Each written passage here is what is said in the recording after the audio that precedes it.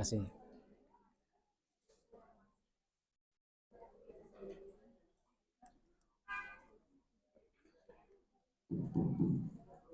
Cek satu. Gimana boleh? Boleh. Bismillah. Assalamualaikum warahmatullahi wabarakatuh. Innal hamdalillah nahmaduhu wa nasta'inuhu wa nastaghfiruh wa na'udzu billahi min shururi anfusina wa min sayyiati a'malina. Man yahdihillahu fala mudilla lahu wa man yudlilhu fala hadiya lahu. Asyhadu an la ilaha illallah wahdahu la syarika lahu wa asyhadu anna Muhammadan abduhu wa rasuluhu la rasula wa la nabiyya ba'dah. يا أيها الذين آمنوا اتقوا الله حق تقاته ولا تموتن إلا وأنتم مسلمون. يا أيها الناس اتقوا ربكم الذي خلقكم من نفس واحدة وخلق منها زوجها وبث منهما رجالا كثيرا ونساء واتقوا الله الذي تساءلون به والأرحام إن الله كان عليكم رقيبا. يا أيها الذين آمنوا اتقوا الله وقولوا قولا سديدا يصلح لكم أعمالكم ويغفر لكم ذنوبكم ومن يطع الله ورسوله فقد فاز فوزا عظيما. أما بعد فإن أصدق الحديث كتاب الله وخير الهدى هدى محمد صلى الله عليه وآله وسلم وشر الأمور محدثاتها وكل محدثة بدعة وكل بدعة ضلالة وكل ضلالة في النار. Ikhwani fi din, azanallah wa iyyakum ajma'in, jemaah majlis ilmu yang semoga senantiasa dirahmati dimuliakan oleh Allah Jalla wa Ala.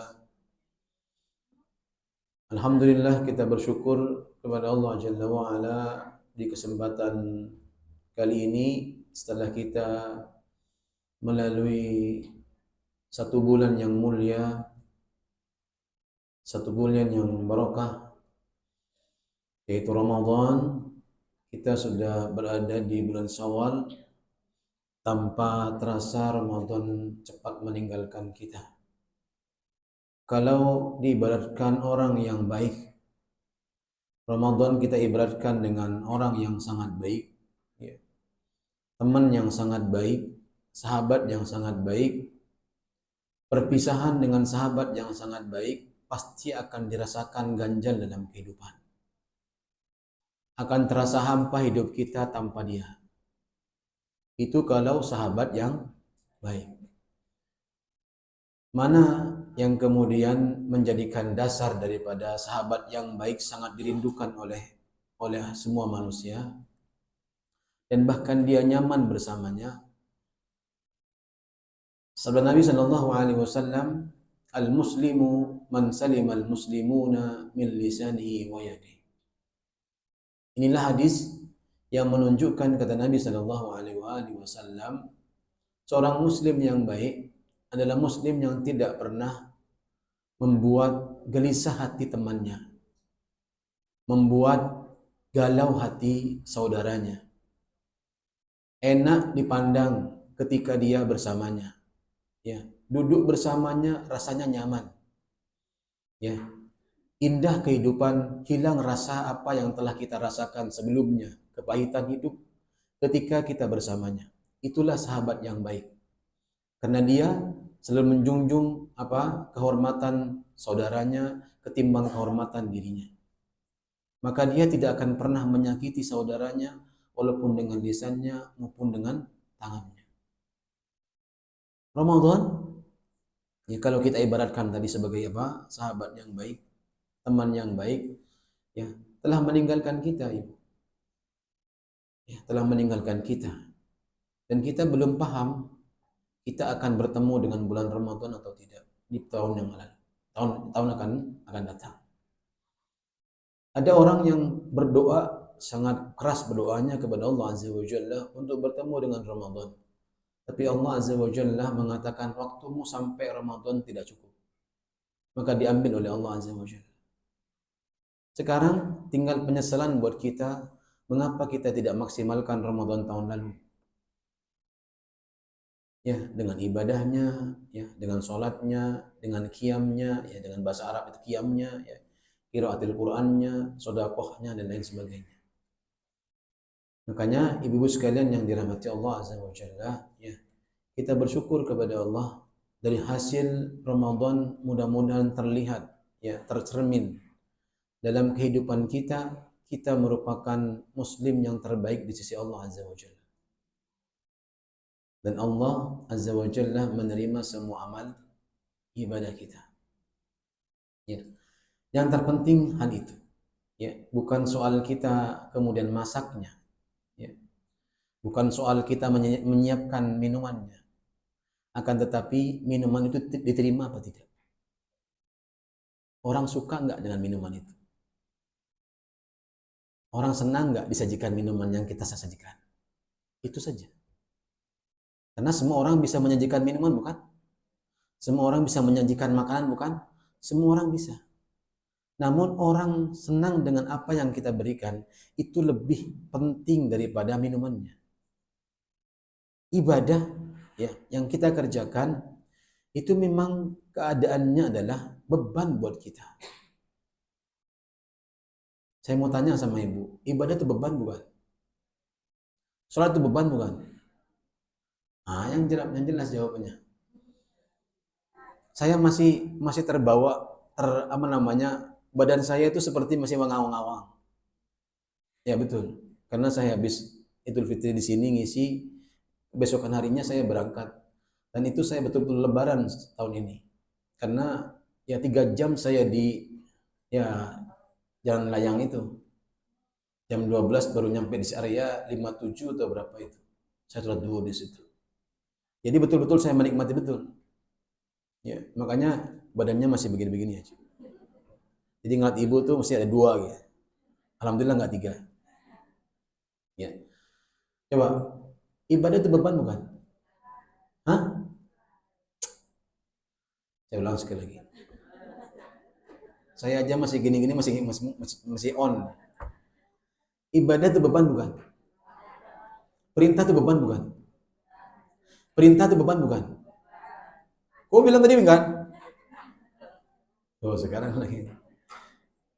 Larangan itu beban bukan? Oh kan? Ini kebalik-balik ini, semuanya beban. Yang mana yang enggak beban? Ya Allah, ya Rabb. Ibu, saya ulang lagi ya. Bu, lebarannya sudah selesai. Kalau daerah Jawa Timur, ada lebaran kedua, Idul Fitri, 7 hari setelahnya ada lebaran yang lebih besar. Apa itu? Ketupat. Makanya lebih besar. Betul. Perayaannya lebih besar, lebih dahsyat. Dan saya merasakannya kemarin. Namanya konvoi, kemudian mereka dengan arak-arakannya, ya, berbagai macam hiasan, ya. Semuanya dihias itu. Itu jutaan dikeluarkan. Tapi Idul Fitri biasa aja. Tapi ketupat, itu lebih dahsyat. Itu Jawa Timuran. Jadi yang merasa Jawa Timuran, jangan dinafikan itu. Pasti ada. Ya, Jawa Timuran tuh. Nggak akan pernah ibu akan melalui hari ke-7 ketupat itu jalannya nggak macet. Pasti macet. Kenapa? Semua orang keluar jalan raya. Arak-arakan. Ya, Masya Allah. Itu lebaran ketupat. Tapi lebaran Idul Fitri, ya antang-antang aja. Paling cuma silaturahim seperti kita aja, Bu. Ya. Jadi habis sholat Id sepi, setelah tak lama kemudian akan macet jalanan. Ngapain? Ada yang silaturahim ke makam, ada yang ke keluarga, ya. Ya enggak? Makanya makam orang kon itu Masya Allah macet panjang. Kenapa? Karena ada yang sowan. Ya, sowan laporan. Saya udah selesai Idul Fitri. Nenek, kakek Idul Fitri enggak? Baik, saya ulang lagi ya Ibu ya. Ibadah itu beban bukan Bu? Hah? Beban. Larangan beban bukan Bu? Bingung nih. Saya harus kemana ya nyari jawabannya? Ya, ibadah kewajiban itu beban. Larangan Wallahu a'lam. Beban bukan? Ibadah itu mikul atau enggak, Bu?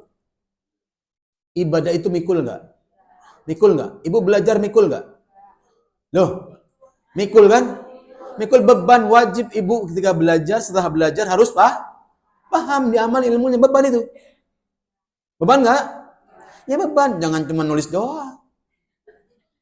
Sampai rumah kemudian jadi bungkus kacang. Ya, insyaallah. Itu beban. Dan orang yang membawa beban itu lebih berhati-hati dalam berjalan. Tidak seperti orang yang tidak punya beban. Nah, larangan itu adalah apa? Melepas beban. Kira-kira mana yang lebih ringan, larangan atau perintah? Hah?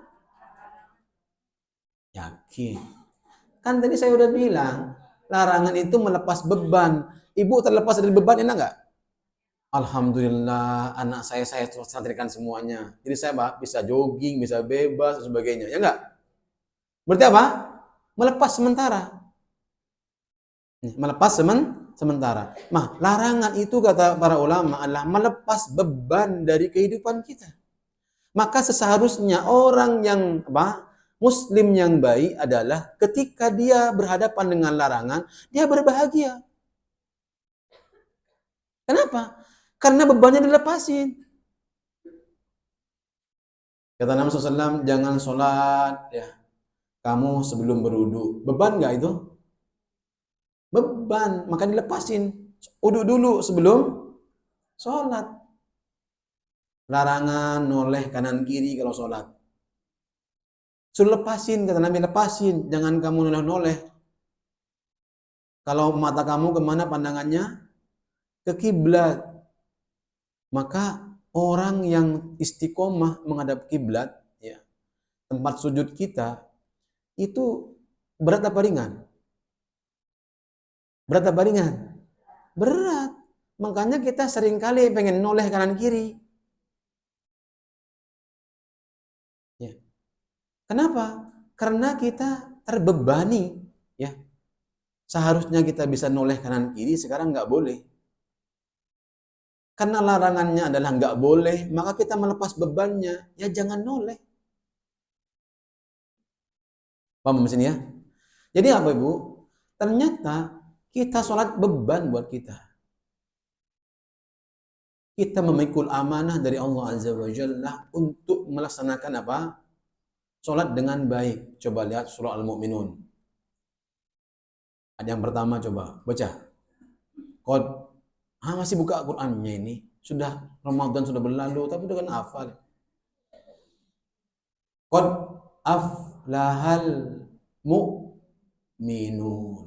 Terus alladzina hum khashi'un. Coba, berbahagialah orang mukmin yang apa?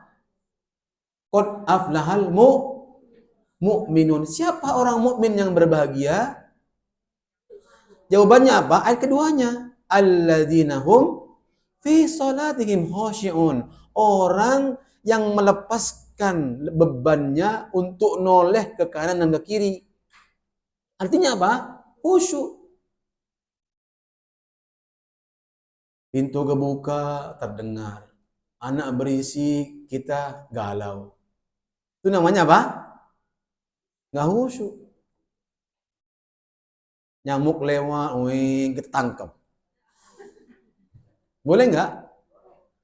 Boleh lagi. Ya. Yang boleh itu ibu nangkep jin yang mau lewat depan kita. Boleh nggak? Boleh, Pak. Karena Rasulullah SAW pernah menangkap jin yang mau lewat di depan Rasulullah ketika sholat. Maka tangkap sama Nabi sampai dia minta ampun untuk tidak melewati sholat Nabi. Makanya para sahabat bertanya, Ya Rasulullah, apakah ada sholat yang baru? Sholat yang baru yang mana? Kata Nabi SAW. Loh, Rasulullah kok tangannya megang terus sampai akhir sholat? Oh, tadi itu ada apa? Jin yang ingin melewati. Saya sholat, saya tangkap dia. Saya pegang dia. Oh, seperti itu. Ternyata itu yang penting. Nah, nanti kita akan bahas hal ini, insya Allah. Sampai sini Ibu paham dulu ya. Nah, orang yang terbebani dengan ibadah, maka seharusnya menjalankan mastata'tum. Dijalankan secara apa? Semampunya. Sesuai kemampuan kita. Tapi ukuran kemampuan ini bukan ukuran kita, Ibu. Bukan ukuran kita.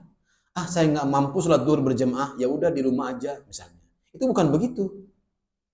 Saya nggak mampu puasa, ya sudah, saya nggak puasa. Puasanya malam aja. Kalau siang nggak puasa. Kan ada orang yang puasa di malam hari. Ada nggak? Siangnya makan. Ya, padahal syariatnya mana? Siang puasa, malam boleh makan. Dia dibalik. Ada yang begitu. Makanya kalau siang-siang banyak orang makan ketika bulan puasa, wajar. Karena puasanya dia kapan? Malam hari ketika tidur. Bangun-bangun subuh. Nah, boleh makan buat dia. Kita nggak boleh makan.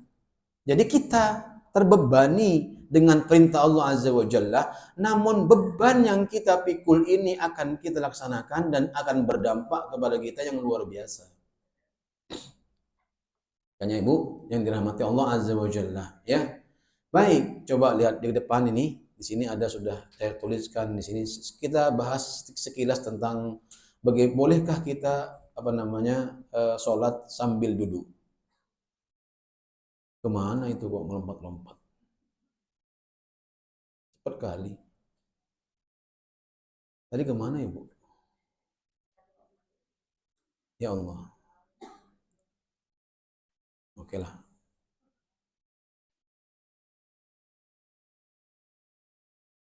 Nah ini Ibu. Tolong diperhatikan Ibu. Ternyata ininya kalau dipegang jadi error. Oke ini aja. Bolehkah kita sholat sambil duduk? Selama ini siapa yang mempraktekkan orang sholat sunnah sambil duduk? Belum ada. Padahal itu Rasulullah kerjakan. Makanya ada syariat bahwa sholat sunnah itu boleh kita duduk. Tapi pahalanya sama nggak? Tidak. Makanya kalau ibu nanti menemukan ada jamaah misalnya, kemudian dia nggak berdiri langsung sholat Allahu Akbar, ya, itu boleh. Gimana sujudnya Ustaz? Seperti sujud biasa. Tempelkan jejaknya ke tanah seperti biasa. Tapi rukuk tidak menyentuh tanah. Itu dia sedang sholat sunnah. Jangan dianggap aneh orang itu. Makanya saya ajarin sama ibu biar apa? Tidak kita merasakan aneh. Jadi sholat sunnah boleh dengan duduk. Walaupun dia tidak ada asbab untuk duduk. Saya ulang sekali lagi. Walaupun dia tidak ada asbab untuk duduk. Contoh wajib misalnya. Nggak kuat berdiri. Duduk. Kan nggak kuat. Ada asbabnya kan. Sakit misalnya. Lututnya nggak bisa tekuk misalnya. Bisa duduk mana? Di kursi. Itu ada asbabnya. Tapi sholat sunnah, walaupun dia nggak ada asbabnya sakit, ya, kuat semua badannya, lututnya semuanya sehat, maka boleh sholat sambil duduk. Lihat, kata Nabi Shallallahu Alaihi Wasallam, ya, menyebutkan bahwasanya apa? Sholat sunnah sambil duduk itu pahalanya separuh daripada berdiri. Namun boleh kita sholat sunnah sambil duduk. Ya. Sebagaimana Nabi Shallallahu Alaihi Wasallam bersabda dalam hadis Muslim, "Salatul rajuli qa'idan nisfus salat." Ya. Salatnya seseorang yang duduk itu mendapat pahala separuh dari orang yang berdiri. Makanya ibu-ibu sekalian yang dirahmati Allah Azza wa Jalla, ini dicatat. Sama dengan saya katakan bahwasanya orang yang bertakbir di setiap gerakan, boleh apa tidak? Ini saya udah ajarin loh, jangan sampai lupa loh. Coba, boleh tidak? Orang takbir di setiap gerakan, boleh apa tidak? Ya Allah. Boleh, kata Bu Lili. Boleh apa tidak? Ya sepakat dong. Ketuanya bilang boleh, ibu juga bilang boleh. Kalau salah, Bu Lili yang tanggung jawab. Ya. Boleh apa tidak? Boleh. Karena Rasulullah pernah melakukannya. Maka orang yang setiap gerakan dia takbir, mengangkat kedua tangannya, ya, bukan hanya ketika takbir awal, kemudian ketika mau ruku, ya, kita takbir Allahu Akbar misalnya, ya. Sami Allahu liman hamidah. Nanti ibu mau sujud pun boleh mengangkat kedua tangannya, Allahu Akbar. Boleh. Itu sunnah apa? Sunnah. Tapi Rasulullah terkadang Rasulullah lebih banyak mengangkat tangannya ketika bangkit dari ruku. Sami Allahu liman hamidah. Ya. Paham saya Ibu ya? Atau ketika mau ruku, Allahu Akbar. Jadi seperti itu. Perhatikan. Nah, kalau nanti ada orang, ya, jemaah kita atau ikhwan kita atau kaum muslimah yang terlihat dari kita mau misalnya dari sujud misalnya, bangkit dari sujud, ya, duduk misalnya. Dia angkat tangannya Allahu Akbar berduduk. Boleh enggak? Boleh. Kemudian ketika dia mau sujud lagi dia angkat tangannya Allahu Akbar. Boleh apa tidak? Boleh, karena Rasulullah Shallallahu Alaihi Wasallam melakukan mengangkat tangannya itu terkadang di seluruh gerakan. Ya, paham sini Bu ya? Masih paham ya? Oke. Begitu pula dengan sholat sunnah yang boleh sambil duduk, namun pahalanya tidak sama dengan orang yang berdiri. Beda halnya Ustadz, saya sakit, beda. Ini bukan soal sakit. Kalau sakit boleh duduk nggak? Ya boleh, itu lain cerita. Ini orang yang sehat boleh duduk ketika sholat sunnah. Ini ibu sekalian yang dirahmati Allah Azza wa Jalla. Ini perkara yang pertama yang perlu kita bahas. Sampai sini ibu paham? Ya, sampai sini paham ya. Baik, para ulama ijma tentang bolehnya sholat sunnah sambil duduk. Di antaranya lah Ibnu Qudamah. Aku tidak mengetahui adanya khilaf. Apa khilaf? Perbedaan antara para ulama-ulama yang lainnya tentang bolehnya seseorang sholat sunnah sambil duduk. Ya, inilah yang kemudian dikatakan sama Ibnu Qudamah. Ya. Maka inilah kemudian yang harus kita paham. Mana yang lebih afdol, ibu-ibu sekalian? Duduk atau berdiri? Ya, karena pahalanya sempurna, full. Kalau duduk pahalanya, berarti begitu pula dengan orang yang terkena sakit ketika dia harus duduk sholatnya. Apa perbedaannya ibu? Saya mau tanya. Mengapa orang yang berdiri itu lebih besar pahalanya ketimbang duduk?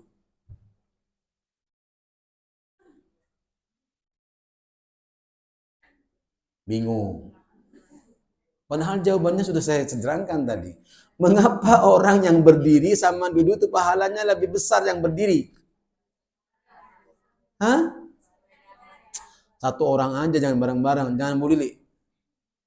Yang lain, ayo. Angkat tangan. Kenapa, Bun? Sesuai yang disyariatkan sama Allah. Kalau duduk disyariatkan enggak?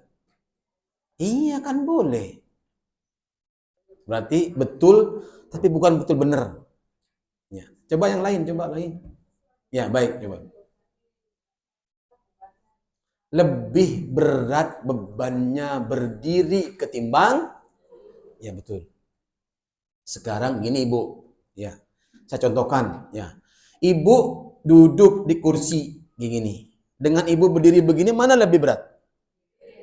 Hah? Ibu berdirinya agak lama. Sholatnya seperti sholatnya para sahabat, coba. Bisa nggak? Bisa nggak ibu? Coba kita buktikan nanti yang berjemaah itu. Zuhur ya satu halaman. Ya, bacanya imam satu halaman ya, rakaat pertama. Yang kedua satu halaman ya bacaannya. Jangan alih las, al-qadr, jangan terlalu pendek. Satu halaman tok, coba gini berdiri. Ini kata jemaahnya, ini imam lagi ngapain? Tidur apalagi berdiri sholat. Karena kebiasa Pak. Nah, itu coba. Baru satu halaman loh. Baru satu halaman. Para sahabat sholat sunnahnya itu, ya, maka dikatakan oleh teman saya itu, ada seorang syekh di Mesir itu, ya, Masya Allah, dia melaksanakan sunnah Nabi sebetulnya. Ya, sampai para muridnya ikut berjamaah. Ya. Dikatakan sama beliau bahwasannya, saya aja qomat masih belum mandi. Selesai mandi saya berangkat menuju masjid untuk berjamaah. Beliau belum ruku. Bisa nggak begitu?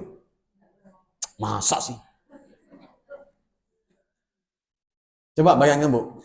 Belum mandi, beliau mandi, semua selesai. Coba bayangkan, nggak mungkin mandi bebek.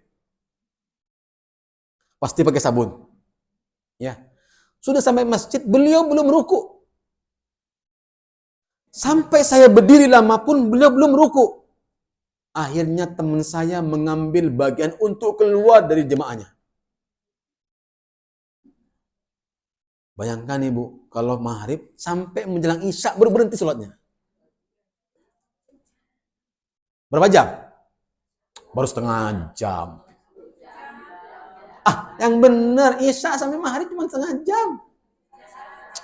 Yang benar. Iya Ibu.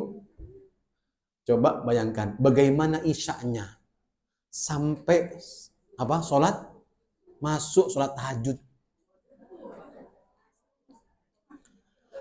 Tapi kata beliau, ini ada sahabat-sahabat kita, teman-teman kita yang kuliah di Mesir itu sampai tidak kuat.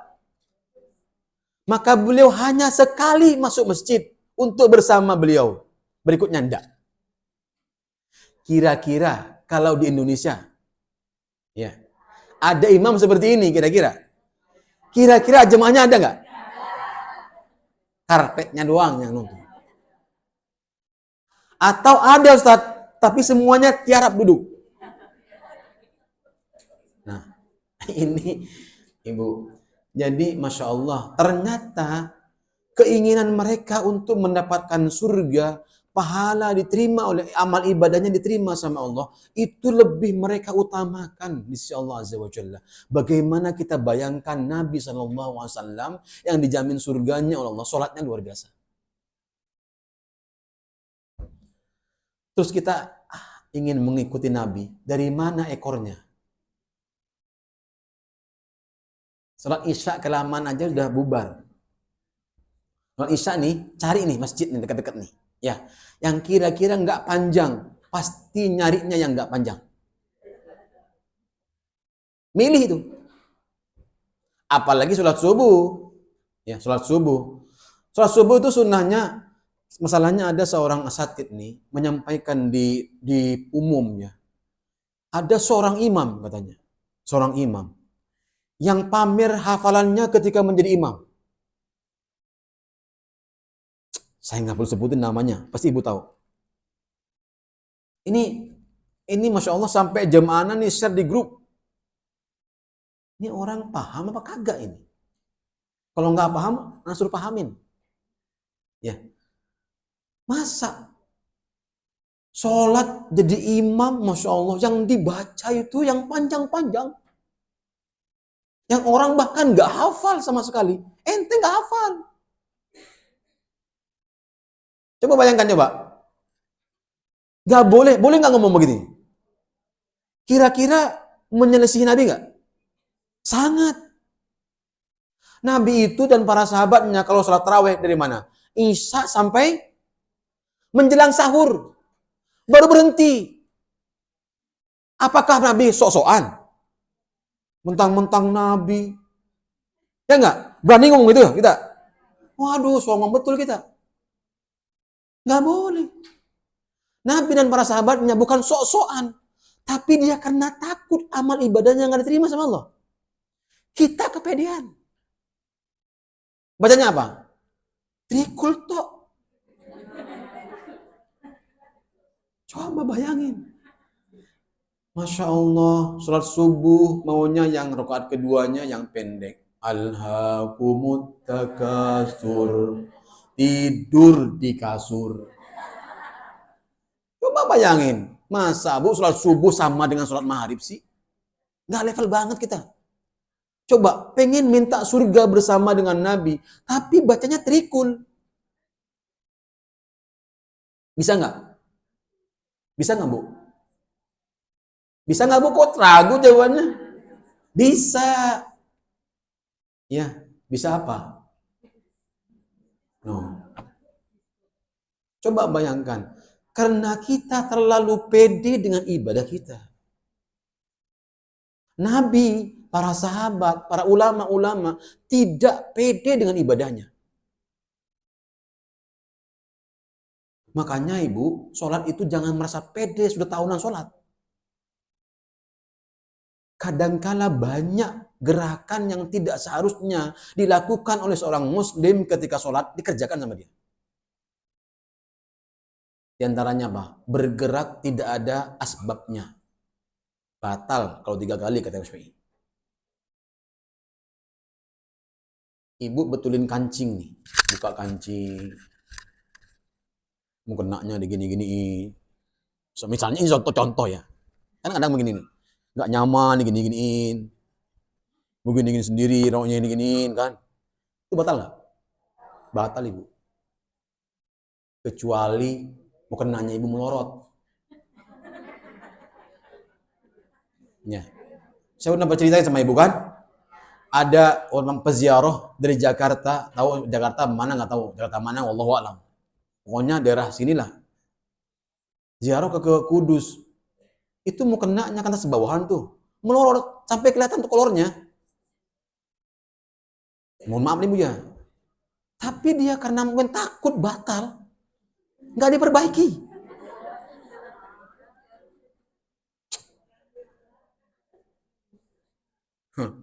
Coba bayangkan. Kan keren. Sholatnya di mana? Di masjid umum. Banyak orang. Orang bukan ngeliatin ngapain. Ya Allah, ini Ibu khusyuk banget sholatnya. Sampai nggak tahu itu mukenaknya melorot. Keren kan? Berarti apa? Dia termasuk orang yang khosyiin, Ustaz. Masya Allah. Luar biasa. Makanya Ibu, untuk menemukan ibadah kita khusyuk, gimana caranya? Gimana caranya? Saya tanya lagi sama Ibu. Padahal tanyanya udah berkali-kali nih. Ibu udah 1/2 jam loh. Masya Allah. Masih nggak move on juga sih. Untuk kita menemukan, kata Allah, qad aflahal mu'minun. Beruntung berbahagialah orang-orang mukmin. Siapa nggak mereka? Alladzina hum fi salatihim khashi'un. Mana khashi'un? Khusyuk. Ya. Ibu tak paham nggak artinya khusyuk? Nggak inget apapun kecuali hanya Allah. Nggak inget minum, nggak inget masakan belum mateng, nggak inget kompor belum dimatiin, nggak inget. Kalau inget, nggak khusyuk. Makanya disyariatkan istighfar setelah apa? Sholat. Dan alhamdulillah Ibu cari dalilnya sampai muter-muter pun nggak akan ketemu. Banyak nggak Ibu mendengarkan orang yang Assalamualaikum warahmatullah, Assalamualaikum warahmatullah, Alhamdulillah, Astagfirullah, Astagfirullah. Ini keren ini orang. Coba Ibu cari, tanya dalilnya. Sampai muter kemanapun, jangan hatta doi pun nggak ketemu. Orang syariat sholat, habis sholat, Assalamualaikum, Alhamdulillah. Nggak ada. Cari dalilnya. Satu aja. Sampai doaib aja. Nggak ada itu. Kenapa? Karena orang yang bisa khusyuk full, kata Nabi itu perkara yang sangat berat. Makanya para ulama ibu sampai 30 tahun, 40 tahun dia belajar sholat. Apa yang beliau pelajari Ustaz? Yang mereka pelajari bagaimana menemukan nikmatnya dia sholat. Jangan hanya sekedar sholat. Kalau sekedar sholat apa? Banyak orang sudah sholat. Coba lihat ini. Sampai kita menemukan orang yang ruku aja hanya rukunya begini aja. Coba gimana ruku begini? Itu baru gerakin sudah nak ke atas. Gimana mau nikmati sholat? Katanya, ya kita pengen ditolong sama Allah. Kita bertanya sama Allah, mata nasrullah, kapan pertolongan Allah akan datang sama kita? Lihat Bu, tidak ada ibadah yang lebih dekat dengan Allah, yang langsung kita berhadapan dengan Allah kecuali sholat. Maka lihat aktivitas Rasulullah SAW dalam kehidupannya. Sebelum beliau memulai aktivitas yang lainnya. Apa? Beliau lakukan sholat sebelum aktivitas itu. Dalam apa? Sholatnya apa? Berdoa kepada Allah agar Allah memudahkan semua aktivitas hariannya, pekerjaannya, dakwahnya, ya perjuangannya. Itu Rasulullah. Dan kapan itu? Sholat.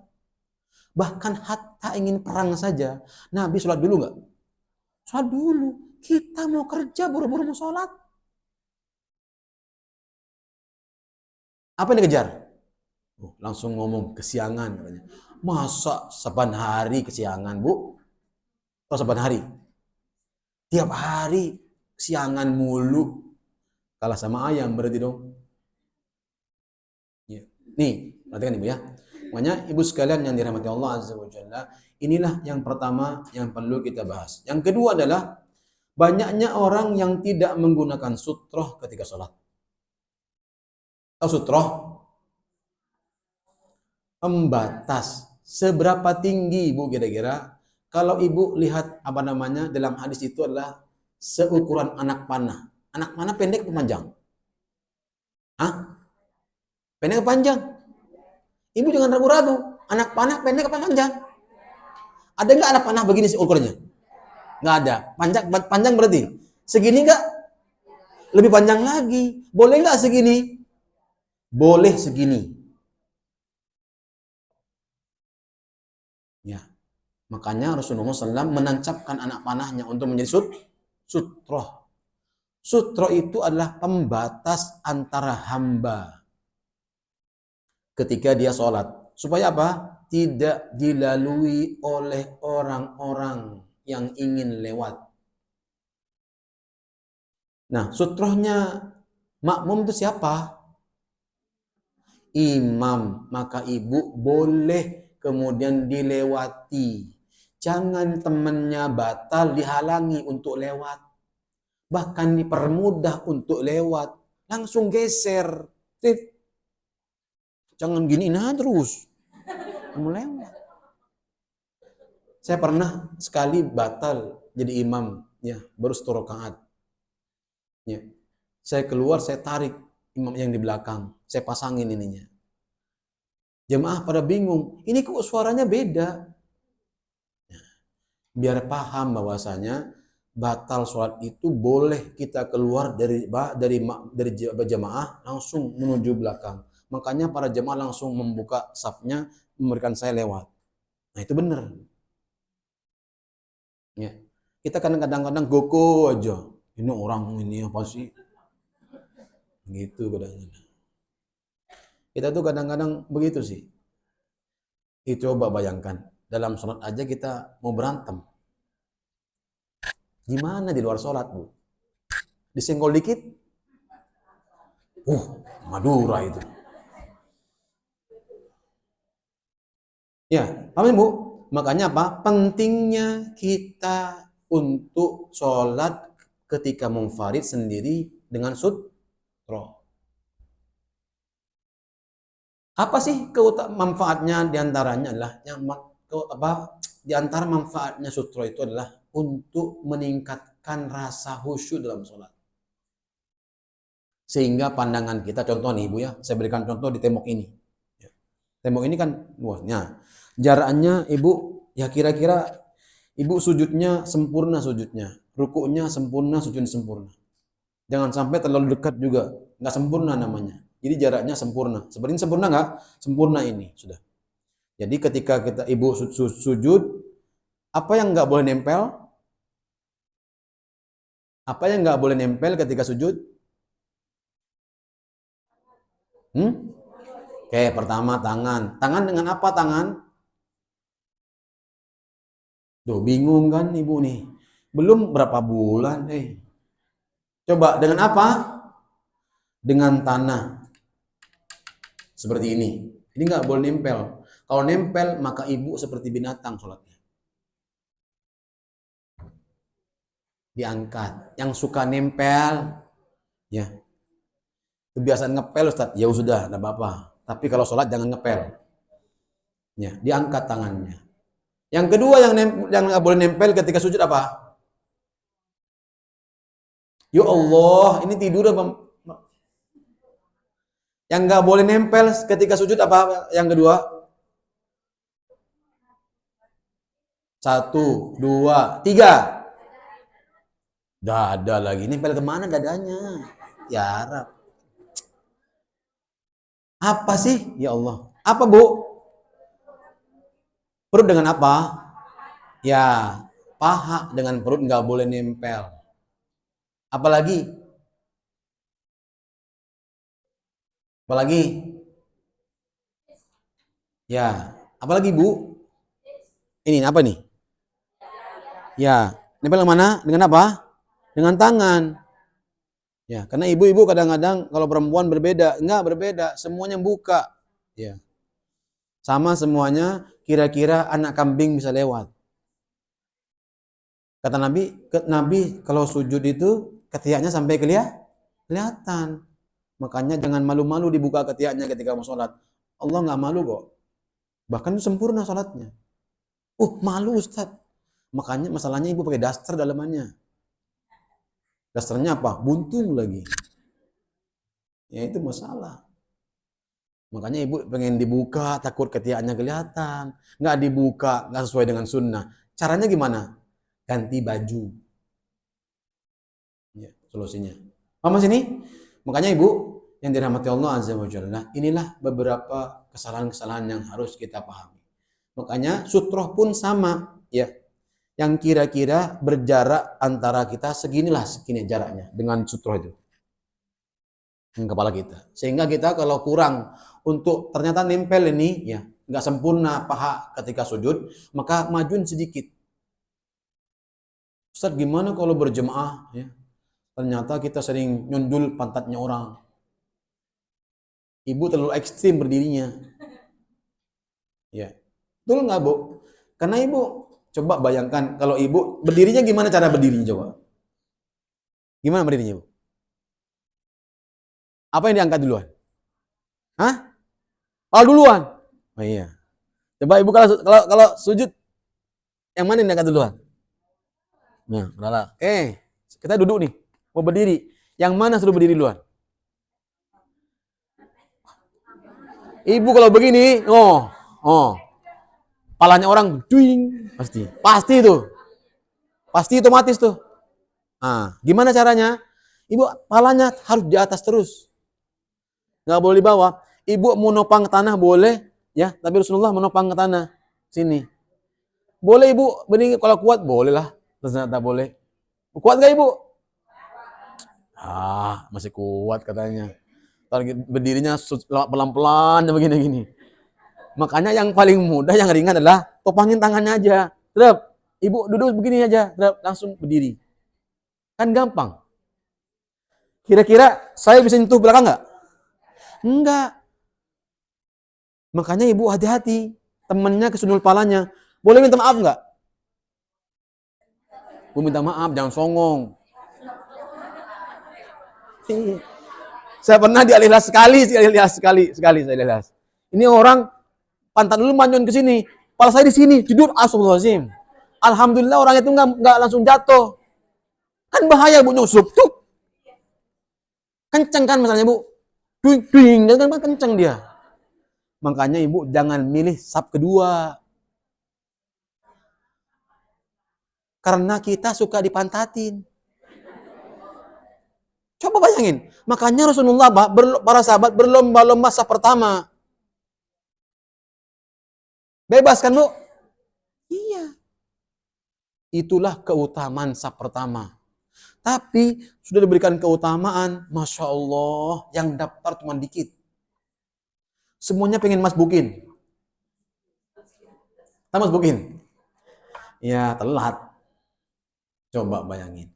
Makanya Ibu, Masya Allah, inilah yang penting. Sama dengan ngaji, Bu. Mana yang lebih utama? Depan atau belakang? Iya. Ini ada kisahnya loh. Ada kisahnya loh. 2 orang musafir laki-laki. Ini kisahnya luar biasa. Tapi kita tetap aja belakang nyender. Kisahnya sudah berlalu, tetap aja berlalu juga. Bayangin nih. Yang pertama duduk paling belakang, yang kedua baru datang langsung duduk di depan. Maka kata Nabi, orang yang pertama duduk itu mendapatkan keberkahan dari Allah Azza wa Jalla. Bayangkan. Ya. Ini makanya Ibu, ya. Disinilah letaknya kita harus berilmu. Ya, yang selama ini sudah pakai sutra siapa aja? Kalau sholat sunnah yang pakai sutra siapa aja? Angkat tangan. Yang selama ini sholat sunnah sendiri, ya, sholat sunnah sendiri nggak? Sendiri, masa Ibu nggak paham juga? Yang sering pakai sutra siapa aja? Angkat tangan. Bu, saya cuma tanya doang, angkat tangan doang, nggak akan tanya sama saya. Malu? Ya Allah, malu. Yang sudah membiasakan dirinya dengan pakai sutra ketika sholat siapa aja? Coba angkat tangan. Ya, angkat tangan aja Bu, nggak apa-apa. Ya, banyak sudah? Banyak sudah? Banyak ya? Banyak, alhamdulillah. Berarti Ibu paham dengan sutra. Sutra pembatas kita ketika sholat. Hadis yang lemah, perhatikan hadis yang lemah. Yang mengatakan sutra itu adalah sebatas sejadah. Ada sejadah sini? Wah, ada ini. Nah, enggak sejadah nih, ini. Ini kan pembatas nih. Boleh nggak kita lewat depannya? Hadisnya lemah ini. Tapi karena orang banyak yang nggak paham, saenae sholatnya. Tahu saenae? Iya, depan pintu dia sholat. Coba, nantangin orang berdosa. Coba Bu, depan sholat dia, Allahu Akbar. Gimana orang mau lewat? Coba. Tapi orang yang paham Bu, dia nggak akan lewat. Makanya dia kemudian nunggu dia sujud lewat belakangnya. Itu orang yang paham. Tapi kita lebih banyak yang nggak paham ketimbang paham. Namun ada yang paham tapi pura-pura nggak paham. Itu masalah. Makanya hadis yang menerangkan tentang batas sejadah dalam sutra itu dhaif hadisnya. Nggak boleh dipakai. Ya. Yang benar yang mana?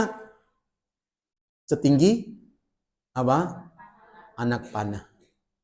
Apa saja. Nah, sekarang sutra kita itu ada gambarnya makhluk. Ada nggak sini makhluk? No, ini nih. Saya juga heran sama orang, ngapa ini tulisin? Perhatikan Ibu, pernah nggak Nabi punya baju yang bercorak? Loh, Ibu geleng-geleng kepala lagi, so tahu. Pernah nggak Nabi punya baju dikasih sama seorang yang punya corak? Nah, gitu dong. Kan enak jawabannya. Nah, Nabi kemudian setelah sholat, melepas bajunya sama mengembalikannya kepada orang itu. Apa kata dia? Baju ini telah mengganggu aku dalam khusyuk. Makanya saya bilang ini pernah saya kritik kan Bu Delik, ya kan? Depannya apa? Wacana apa itu? Coba bayangkan Ibu, kalau Ibu yang nggak sholatnya nggak ini, Ibu lihat depan hanya yang makmukan masjid. Nah itu orang yang beriman. Ibu lagi sholat, baca di depan. Nah sama dengan ini nih. Orang nggak perlu ditulisin sutroh. Udah tahu ini sutroh. Dikasih gambar pula lagi. Ya Allah. Makanya Ibu ngapain? Balik. Nah, bukan kreatif. Kalau kreatif kita. Paham Bu? Ibu akan baca sutroh.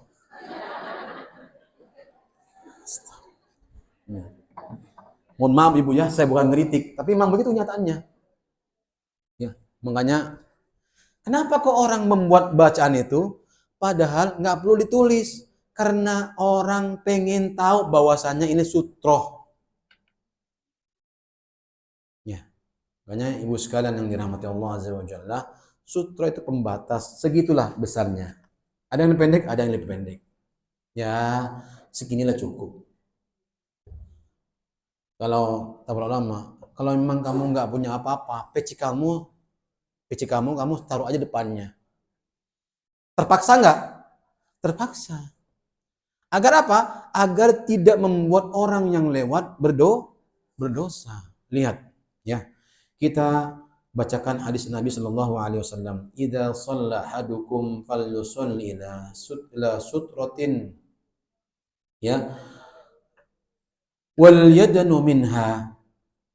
Kata Nabi Shallallahu Alaihi Wasallam, jika seseorang mengerjakan sholat, maka sholatlah dengan menghadap sutroh dan mendekatlah padanya, jangan jauh-jauh. Makanya Ibu orang yang sutroh misalnya kita buat orang di belakangnya, sutrohnya adalah teman kita, dia langsung kabur, boleh nggak kita maju? Contoh ini gini, ini misalnya Pak Eko depan saya sholat, Allahu Akbar. Pak Eko selesai langsung kabur. Boleh nggak saya maju? Ah, boleh. Ibu nggak perlu mikir kaki yang mana dulu, Ustaz. Kan kita kan kadang itu, Bu. Yang mana, Ustaz? Bingung kan? Berapa kali, Ustaz? Batal nggak? Enggak. Karena gerakan ini dibutuhkan dalam sholat. Nggak batal sholatnya. Yang batal apa? Yang tidak dibutuhkan ketika sholat. Contoh, gerakan yang boleh kita kerjakan dalam sholat. Mengisi saf yang kosong ditinggalkan sama orang. Boleh nggak? Makanya Ibu pahalanya besar. Oh gitu ya? Iya, begitu ternyata. Ya, Ibu jangan nunggu digeser. Langsung Ibu maju. Cep. Mau kanan dulu boleh. Langsung maju. Berapa kali? Terserah mau Ibu berapa kali. Tapi kalau sutrohnya sana panjang, jangan nggak usah maju. Ini saya perhatikan.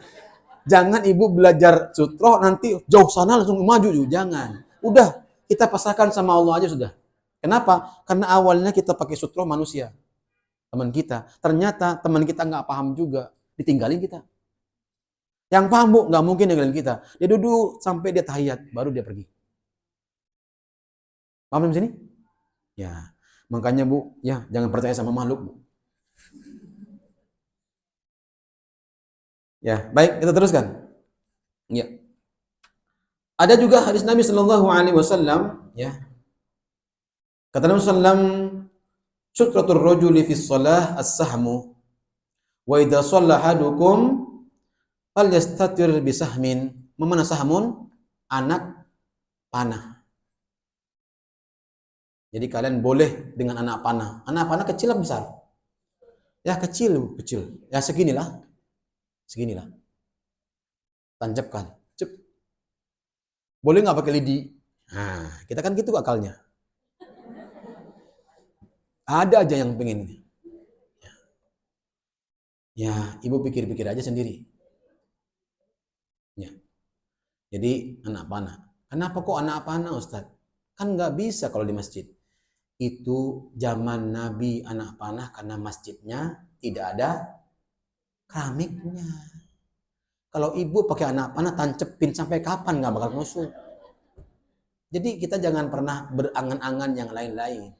Ya, ini contoh. Karena zaman Nabi masjidnya nggak ada, pakainya pasir.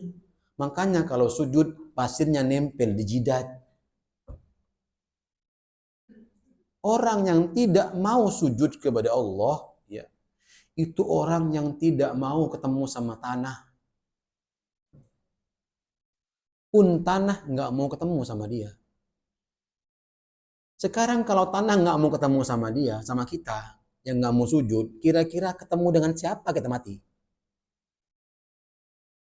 Ya ini aja, dibakar, sama aja dengan tanah. Saya mau tanya, kalau ibu dibakar misalnya nih, kan ada orang yang mayatnya dibakar langsung kan? Ada. Terus abunya kemana? Dia tabur dulu. Nah, setelah angin nggak ada, dia turun naik. Turun kemana lagi ya? Ya sama bodoh baik. Ya, makanya apa? Biasakan kita untuk berlama-lama dengan tanah ketika sujud. Makanya keutamaan sholat yang paling utama untuk kita berbanyak berdoa kapan? Ya tahu, tapi kenapa kita cepat-cepat? Perbanyak doa kepada Allah Azza wa Jalla. Yang dilarang cuma doa yang langsung ngambil dari Quran. Makanya tambahin Allahumma Rabbana hablana min azwajina. Boleh nggak? Karena nggak langsung Al-Quran ada Allahummahnya. Tapi kalau ibu Rabbana hablana langsung plak-plak. Ada larangan dari Allah dan Rasulnya. Maka tambah apa? Allahumma Rabbana hablana min azwajina wa dzurriyya. Ya, itu boleh. Berarti kita nggak ngambil langsung plak-plak dari Al-Quran. Yang nggak boleh antara sujud dengan ruku, kita nggak boleh baca Quran. Ambil doanya yang lain, Ibu. Tambah depannya Allahumma, gampang. Itu pendapat para ulama. Ya. Ada lagi? Rabbana atina fid dunya hasanah. Boleh nggak? Itu Al-Quran plak-plak, nggak boleh. Kalau dibaca di ruku, tambahin depannya. Allahumma Rabbana atina. Nah gitu dong. Ini aja nggak ditambah, nggak doa-doa. Apa sini ya? Baik. Kemudian hadis yang ketiga adalah la tusalli illa ila sutratin. Kata Nabi, janganlah sholat kecuali menghadap sutroh. Ya, artinya apa? Harus ada pembatasnya. Ya. Ini nanti ibu akan saya pahamkan bagaimana pendapat ulama tentang sutroh ini. Ya. Wala tada ahadan ya yamurru baina yadayka fa in aba faltuqatilhu ya fa innamahu qarin. Ya, janganlah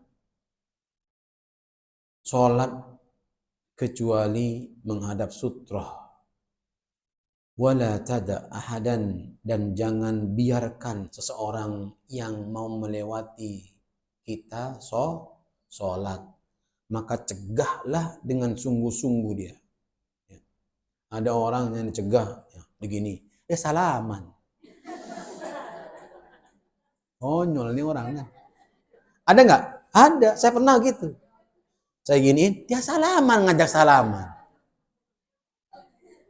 Ada. Ini karena tidak paham, Bu. Jangan ini bapak ini ngajak berantem. Ya, siapapun anaknya, Bu. Kalau anak-anak gimana? Pegang. Ibu pegang anak itu, taruh di belakang kita. Itu kalau sendirian. Bagaimana kalau berjamaah Ustadz? Siapa sutrohnya? Al-imam. Jadi kalau sutrohnya imam berarti orang yang lewat depan kita bisa lewat. Makanya di Madinah, di Mekah, orang lewat depan kita, ya biasa saja, dilangkain kita, Bu. Jangan marah. Ya, emosi boleh. Ya, itu kenapa? Sutrohnya siapa? Imam. Mereka tidak boleh melewati imam, maka imam akan mencegah mereka. Tapi Ustadz, anak itu, orang itu mengganggu kehusuan. Betul. illa kecuali orang itu lewat dengan terpaksa. Contohnya terpaksa gimana? Batal wudunya, boleh melewati orang sholat. Makanya anak-anak Bu jangan dibiarin ketika orang sholat kemudian sambil lari ke sana kemari, teriak-teriak, nggak boleh. Kita boleh ngajak anak, boleh nggak? Boleh, tapi jangan dibiarkan mereka mengganggu orang sholat. Ibu akan menanggung dosa orang yang sholat. Bukan anaknya nggak paham. Ibu marahi bagaimanapun, kamu nih gini. Ngomong sama bocil. Ya nggak paham Bu, kasih tahu pelan-pelan nak, kalau sholat nggak boleh lari ya. Sholat, pelan-pelan diajarinya, dampingi, jangan dibiari.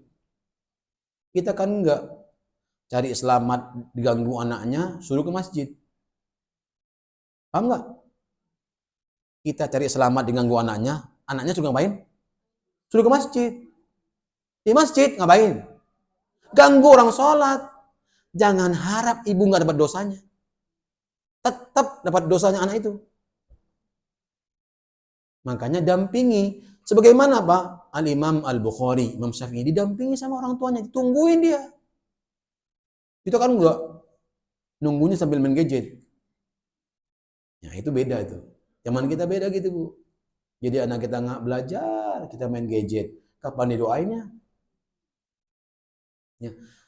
Maunya apa? Jadi anak soleh. Ya Allah. Insya Allah soleh. Ya. Jadi ibu-ibu sekalian yang dirahmati Allah Azza wa Jalla. Ya, ini yang harus kita pahami. Kemudian apa hukumnya menghadap sutroh ketika sholat? Ada 4 pendapat dari para ulama. Pertama, hukumnya wajib. Berdasarkan dalil yang tadi Bu, la tusolli illa ila sutratin. Janganlah sholat kecuali menghadap sutroh, dalilnya. Kemudian dalil yang kedua tadi tentang sutroh menggunakan anak panah. Yang pertama tadi apa? Ya, idza shalla ahadukum falyusalli ila sutratin wal yadnu minha, dekati sutroh itu. Yang berikutnya adalah bagaimana Nabi ketika nangkap jin yang ingin melewati beliau sholat. Pertama wajib. Dari si pendapat siapa ini? Pendapat Ibnu Hazm, Ibnu Asy-Syaukani, dan pendapat yang dikuatkan oleh Syekh Albani rahimahullahu taala. Beliau berpendapat bahwa menggunakan sutroh wajib. Syekh Albani dalam hadisnya semuanya wajib. Makanya buku-buku ini ya adalah kebanyakan yang dirujuk oleh Syekh Albani rahimahullahu taala. Maka di sini wajib hukumnya menggunakan sutroh bagi orang yang sholat. Jadi ibu punya buku ini kan? Punya enggak? Punya? Kan sudah dikasihin kemarin. Belum? Ya Allah nggak dibawa sama ibu. Belum. Yang kemarin dikasih warnanya apa? Yang kedua, sunnah secara mutlak. Ini merupakan pendapat Syafi'iyah dan salah satu pendapat Imam Malik. Ya. Jangan punya pemikiran kalau sunnah itu boleh dikerjakan, boleh ditinggalkan, Ibu. Ya. Kalau kita ingin mengikuti, mengatakan umatnya Rasulullah, ikut siapa? Ya Rasul. Sunnah itu dari mana? Rasulullah dari mana? Rasulullah dari mana? Iya. Jadi tidak ada pekerjaan yang beliau kerjakan kecuali perintah Allah. Walaupun itu adalah perbuatan Nabi Shallallahu Alaihi Wasallam. Nah, contoh Rasulullah pernah kesiangan sholat subuh. Pernah nggak? Pernah. Kesiangan. Rasulullah manusia juga. Kita juga manusia. Iya. Kita juga manusia. Tapi seringnya kesiangan. Ketimbang nggak kesiangan. Rasulullah hanya sekali kesiangannya. Kita? Iya, karena kita manusia biasa, Ustaz. Wajar dong. Iya. Siap. Yang ketiga, sunnah jika dikhawatirkan ada yang lewat. Ini merupakan pendapat Malikiyah dan Hanafiyah. Sunnah jika dikhawatirkan ada yang lewat. Ustaz, nggak ada yang lewat sama sekali, boleh nggak? Nah, itu pendapat Hanafiyah dan Malikiyah boleh. Ibu ngambil yang mana? Yang keempat, yang terakhir, sunnah bagi imam dan munfarid. Ini pendapat Hanabilah. Ini pendapat apa? Hanabilah. Saya ulang sekali lagi, yang pertama wajibun. Semua ulama ya rata-rata dari imam-imam yang lain ya, terutama Syekh Albani Allah taala mengatakan sunnah. Apa itu? Wajib untuk menggunakan sutra. Supaya apa, Ibu? Supaya kita ya tidak mengalirkan dosa. Lebih baik berdiri 40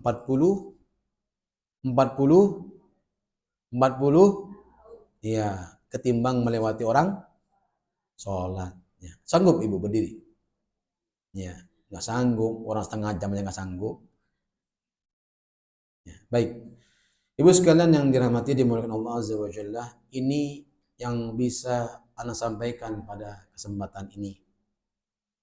Ya, kesempatan kali ini bahwa kita boleh sholat sambil duduk di sholat sunnah dan pahalanya mendapatkan setengah atau separuh.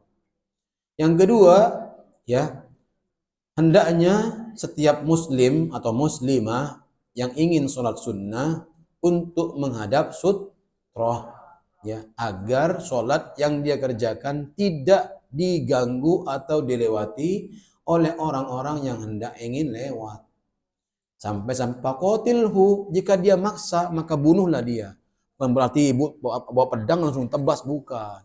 Artinya apa? Sungguh-sungguh, ya, sungguh-sungguh untuk dicegah dia supaya nggak melewati. Kalau dia maksa gimana? Ibu maju. Misalnya sini, majulah. Dia tarik ke belakang suruh lewat sini. Ya, ini kan kadang-kadang orang maksa ini, maksa banget pokoknya. Ya, udah giniin maksa, tarik ke sini. Biasanya anak-anak yang bisa begitu. Tapi ada juga bapak-bapak yang nggak paham. Ya, karena apa? Ya itulah. Nanti insya Allah lama-lama dia akan paham. Lama-lama dia akan paham dengan ilmu yang sudah dinikan. Makanya faqatilhu, ya, fa innamahu qarin. Kata Nabi SAW, sungguhnya bersamanya qarin. Apa qarin tuh? Jin. Namanya qarin yang suka gangguin sholat. Yang suka gangguin sholat. Makanya orang yang suka ya seenaknya kalau lewat itu berbahaya. Ada orang yang di depan, pengen di depan, tapi habis salam langsung dia berdiri. Ini berbahaya orang begini. Ya, resikonya apa? Kalau depannya nungguin orang selesai sholat. Karena kadang-kala mengganggu orang yang sedang berzikir itu dosa nggak? Dosa. Kecuali kita punya hajat. Apa hajatnya? Nggak tahan. Nggak tahannya bukan main handphone. Katanya ngapain? Ke kamar mandi. Ibu nggak tahan nih. Makanya makruh hukumnya orang yang menahan ya hajat.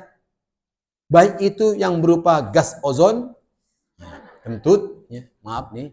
Atau yang kedua, makruh hukumnya. Ibu gimana mau khusyuk? Aduh, mana mulut sampai muter-muter, Bang. Aduh, gimana? Nggak bisa. Lepasin aja. Kenapa? Karena kita khawatir tidak mendapatkan kesempurnaan pahala. Jangan khawatir. Allah mencatat sempurna ibadahnya bersama imam. Walaupun kita masbuk kan? Awalnya nggak masbuk jadi masbuk. Kenapa? Karena ada hajat. Itulah Allah begitu sayangnya sama kita. Bahkan Ibu, orang yang masbuk memang bukan karena sengaja masbuk, ya. Memang betul-betul ketiduran dia, maka Allah mencatat sempurna sholatnya bersama imam dari awal sampai akhir. Tapi ada orang yang memang suka masbuk, beda ceritanya. Ya, kisahnya beda ini. Ya. Seperti itu Ibu. Paham ini? Ya, benar.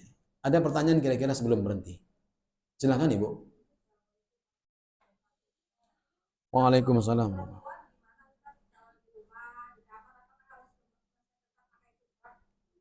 Baik. Barakallahu fikum, semoga Allah memberkahi Ibu yang bertanya dan kita semuanya. Boleh nggak tidak sutro ini hanya berlaku di masjid? Saya tanya lagi. Sutro ini hanya berlaku di masjid atau di rumah juga? Ya, all.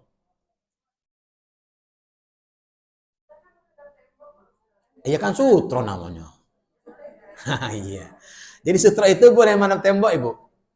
Mohon maaf Ibu, jangan Ibu bayangkan sutro hanya ini doang. Ya. Jangan bayangkan sutro ini hanya ini doang. Sutro boleh ke tembok. Ada hadis Nabi SAW, Rasulullah pernah menghadap tembok ketika sholat. Namanya sutro. Jadi jangan bayangkan sutro punya buatan kita, bukan. Tembok pun jadi sutro. Pembatas. Apapun saja yang membatas boleh saja. Ibu contoh misalnya ada AC duduk, boleh nggak? Boleh. Apa aja. Namanya sutro itu namanya Bu. Cuman ini misalnya sutro. Mohon maaf Ibu. Ya, paham di sini ya? Jadi mau di rumah, mau di masjid tetap dianjurkan untuk menggunakan apa? Sutro. Sutronya apa saja. Yang penting kira-kira bisa berdiri minimal seperti inilah. Ya. Kalau setinggi panah lebih tinggi lagi berarti. Tapi cukup nggak baju seperti ini? Cukup ya, meja ini cukup insya Allah untuk jenis sutro. Boleh Ibu. Apa saja. Bahkan ini bisa nggak? Bisa. Apa saja yang kira-kira untuk membatasi kita dengan kita ibadah kepada Allah Azza wa Jalla, yang kira-kira tidak mengganggu orang untuk kita sholat. Ya. Nah, baik.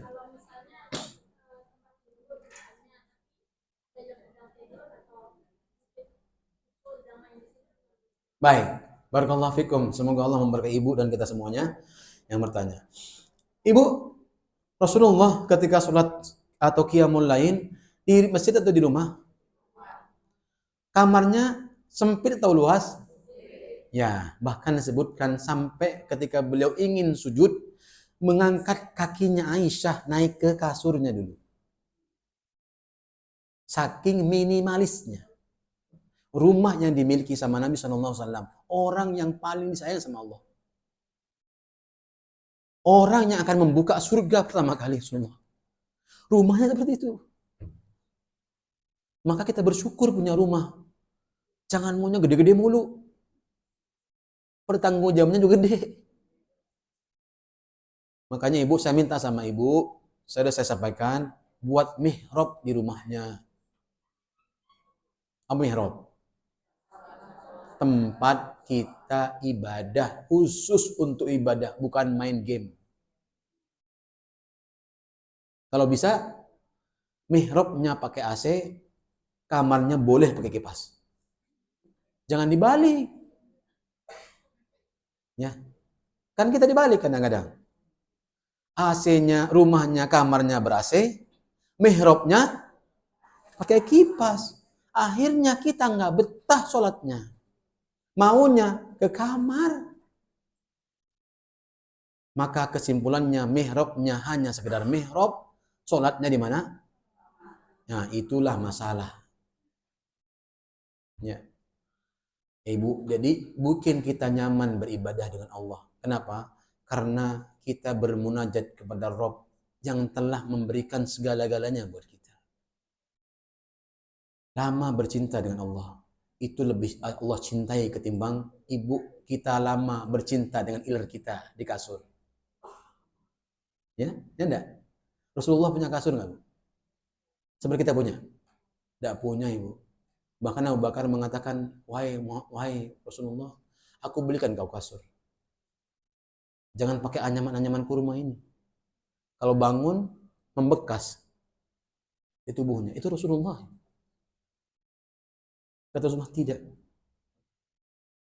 Tidak. Nah, begitu Bu. Ya. Karena Rasulullah menjadikan tidur adalah sebatas istirahat sejenak untuk beribadah kepada Allah. Makanya istilahnya Rasulullah itu 2 jam. Kita jangan sampai 2 jam lewat. Kita itikaf aja suruh begadang dari mulai Isya sampai subuh, itu sudah teler kita begini-begini. Baca Quran, alhamdulillah. Aduh, kemana tadi? Ulang lagi dari awal, ya nggak Bu? Itu baru semalam. Dalam kedua, ketiga, kelima, aduh, nggak bangun-bangun sudah. Ya, makanya saya ke bawah sampai hari ini. Ya, ke bawah saya. Boleh.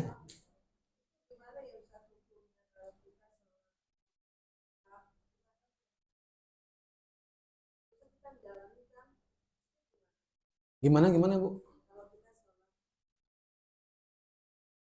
Heeh.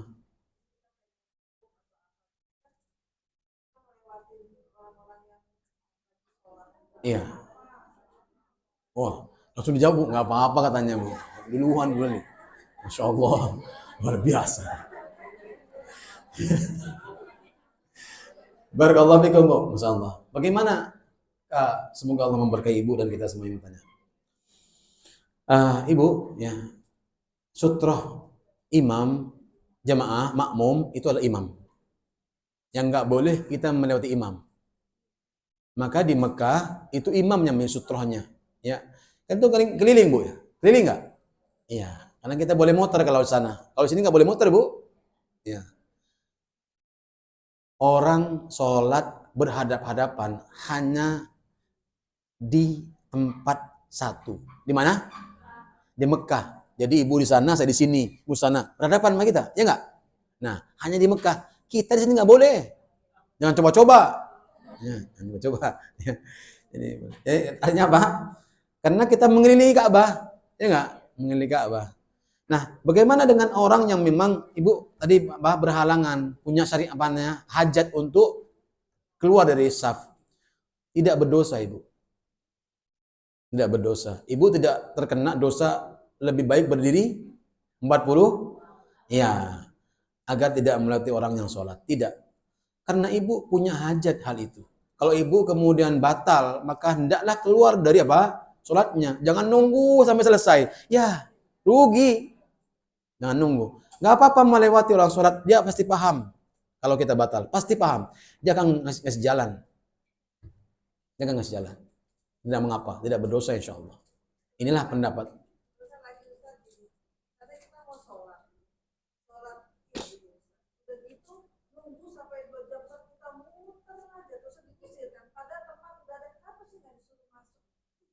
Gimana Bu? Sholat Id. Di Mekah nih Bu. Oh ya, bukan di sini ya Bu.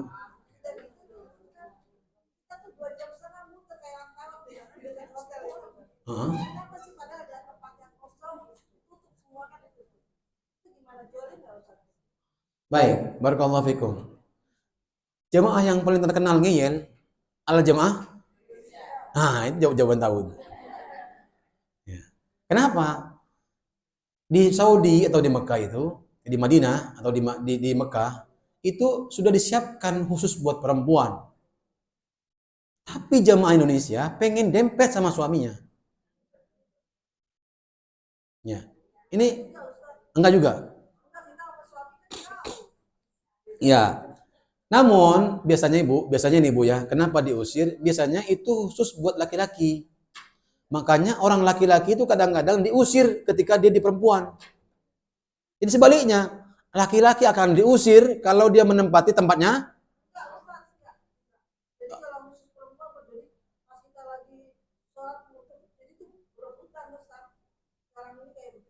Oh gitu sekarang. Masya Allah. Mungkin oh. Itu ditanya kenapa kok ditutup?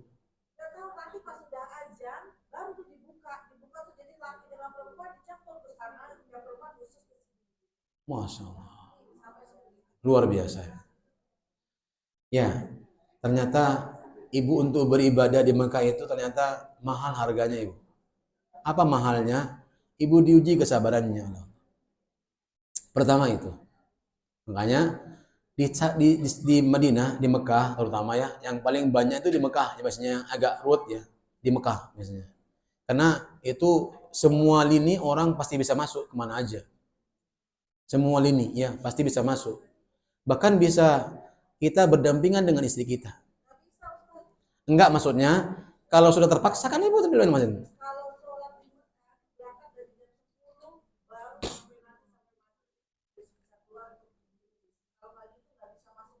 Betul. Betul ibu. Betul. Makanya di sana ini ibu bisa bayangkan ketertiban di Madinah dengan di Mekah berbeda nggak? Ah, sudah. Karena di Mekah tuh Masya Allah, Bu. Nggak bisa. Emang karena mengelilingi dia. Mengelilingi. Dan yang berjamaah, Masya Allah, itu sampai ke hotel-hotel. Ibu jangan salah, ibu bisa berhadapan dengan depannya kamar mandi. Itulah disebutkan para ulama ad-darurah. Tapi kadang-kadang karena banyaknya jamaah-jamaah yang ngeyel hal itu, makanya kadang-kadang askar itu sangat sanggup untuk menahannya. Itu yang menjadi masalah. Makanya askar kadang-kadang bertindak sesuai dengan apa yang sudah menjadi arahan. Nah, ibu, kalau ibu berantem di depan Ka'bah, maka ibu akan lebih berantem nanti di Indonesia. Wallahi. Betul ibu. Maka sepanjang ibu di sana tidak akan pernah mendapatkan kenyamanan. Wallahi. Ibu punya prasangka aja, kok nasinya nggak matang. Ya Allah, ibu akan makan nasi nggak matang sampai ibu pulang. Itu ujian. Itu jangan salah, itu ujian ibu. Jadi ibu jangan punya prasangka. Makanya ke sana tuh punya niatannya satu aja. Saya untuk ibadah kepada Allah. Jangan pernah membuang makanan yang diberikan walaupun itu nggak enak. Itulah. Kenapa? Karena ibu akan mendapatkan makanan selalu nggak enak dalam hidupnya. Di sana ya, maaf nih, bukan di sini, di sana. Dibayar cash sama Allah. Ya, perhatikan ibu, orang yang suka membazirkan makanan di Indonesia, naik haji dia atau umroh dia, Masya Allah ibu, di sana akan mendapatkan makanan yang sulit buat dia. Sebetulnya. Saya punya saudara ya di mana di pesawat dia dapat makan nasinya nggak matang. Hanya dalam hati, kok nasinya nggak matang sampai di Mekah di cash sama dia. Allah. Nggak matang semua nasinya. Yang lain makan aja basah. Dalam hati, Bu. Allah hukum. Kenapa? Allah tuh nggak ngelihat langsung ibu praktekin. Niat hati aja Allah tahu nih. Ini orang ngapain ini? Belanja atau ibadah ini? Makanya ibu nggak nyasar ke tempat ibadah. Kemana nyasarnya? Pasar.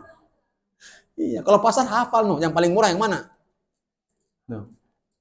Gitu loh Bu maksudnya. Makanya di Mekah itu ujiannya luar biasa. Apalagi yang berhubungan dengan orang-orang yang mohon maaf ya, kulit hitam. Itu gede-gede itu.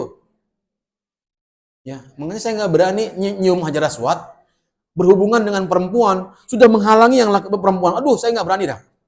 Maka saya mundur. Kan kadang-kadang banyak ibu-ibu yang maksa tuh, dorong-dorongan, Masya Allah. Itu ibu-ibu untuk nyium Hajar Aswad tuh, Masya Allah. Mendingan sama kita ya Allah, saya sampaikan. Disampaikan sama Allah. Yang ketiganya sampai. Saya menghindar Bu, Masya Allah. Ini ibu-ibu masalahnya. Kalau lawan, waduh, kelar hidup. Apalagi udah tinggi-tinggi bunganya. Aduh, Masya Allah. Kita Indonesia pendek-pendek kan. Ya Allah. Tapi insya Allah Bu, makanya ada orang yang dimudahkan sama Allah, ada orang yang susah untuk mencapai Hajar Aswad. Coba lihat Ibu. Ingat niat kita berangkat menuju sana. Allah bayar cash di sana. Ya. Jadi Bu, itu aja. Ada lagi Bu. Masya Allah. Satu Ibu ya.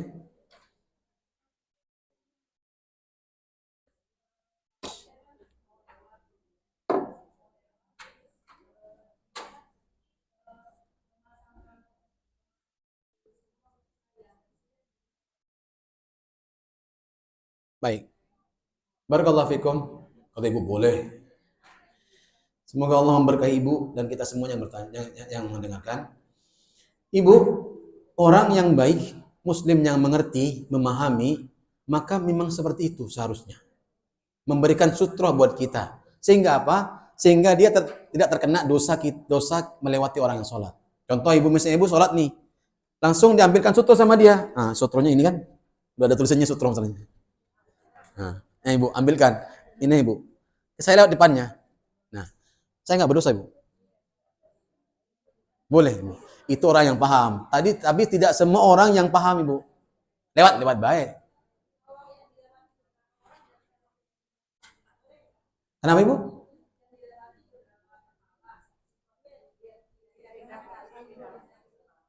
Waduh, capek banget. Tapi itu terjadi bu? Terjadi nggak? Terjadi nggak? Nggak kan? Oh iya, tapi insya Allah nggak terjadi kayak bu. Karena biasanya kalau orang seperti itu, dia akan lebih baik menunggu ketimbang dia melewati 4 orang misalnya. Karena nggak mungkin ibu tek mendahin lagi, mendahin. Kan tetap aja gitu dia melewatin yang satu lagi. Kan begitu. Nah, makanya dia pasti akan memilih untuk diam. Tapi kalau orang yang nggak paham, ya lewat-lewat aja. Makanya kita berilmu bukan untuk menilai orang lain benar, akan tetapi menilai diri kita mana yang salah dari diri kita. Gitu. Makanya ibu, kalau sholat, jangan asal semua sholat. Kayak kereta, mundur semuanya, sampai pintu juga. Cari tempat yang kira-kira ibu bisa menikmati sholat. Tidak terlewati oleh orang-orang yang mau keluar. Nah kita enggak, seperti kereta kalau mau sholat itu. Asal aja, depan pintu kena AC. Ada orang cari AC. Makanya walaupun depan pintu iya. Makanya ibu cari tempat yang kira-kira ibu tenang dalam beribadah. Allahu Akbar. Dilewati orang sholat bu, nggak nyaman. Betul. Walaupun senikmat bagaimanapun kita sholat, pasti akan kita melihat dia sholat lewat. Makanya cari yang paling pojok sekali. Udah. Paling pojok. Terpaksa Ustaz kena masbuk, ya udah terpaksa ya sudah, nikmati dulu. Tapi ketika sholat sunnah, cari tempat yang memang nyaman untuk kita beribadah. Sehingga orang tidak mengganggu kita dalam sholat. Khusyuan yang penting ibu. Ya. Kenapa? Karena kita ini nggak seperti para nabi dan para ulama yang lainnya. Kita kalau ada orang lewat, walaupun hanya sebentar, ya kelibutan doang, itu pasti mata kita akan ngelirik. Oh siapa itu? Oh siapa itu? Gini gitu. Nah itu masalah itu buat kita. Ya. Masalah buat kita sholat. Begitu ibu ya. Mudah-mudahan Yuk Allah usaha. Ya saya.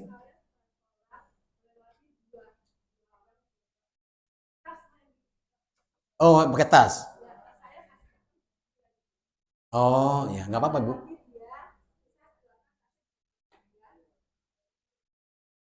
Oh iya nggak masalah ibu. Nggak apa-apa. Nah tasnya ibu ini kan besar nih. Ya tinggi gitu. Boleh buat sutro ibu. Boleh. Jadi sutro itu bukan bacaan sutro doang bu. Bukan. Jadi jangan dianggap semua sutro. Apapun yang ibu, misalnya ibu kalau mau air gimana? Buka aquanya nih minyaknya. Nanti dibaca sama ibu. Aqua.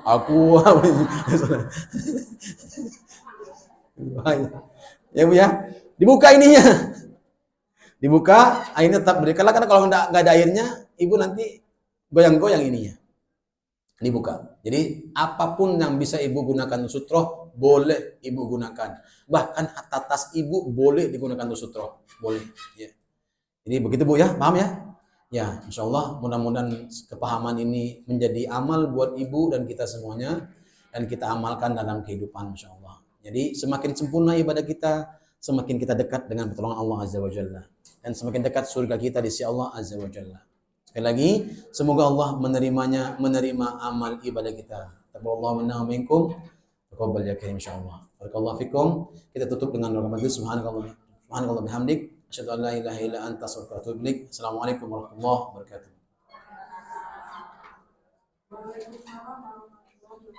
Mohon maaf tadi ibu saya mulai lewat 5 menit, saya juga mengakhiri 5 menit. Pas berarti. Waalaikumsalam.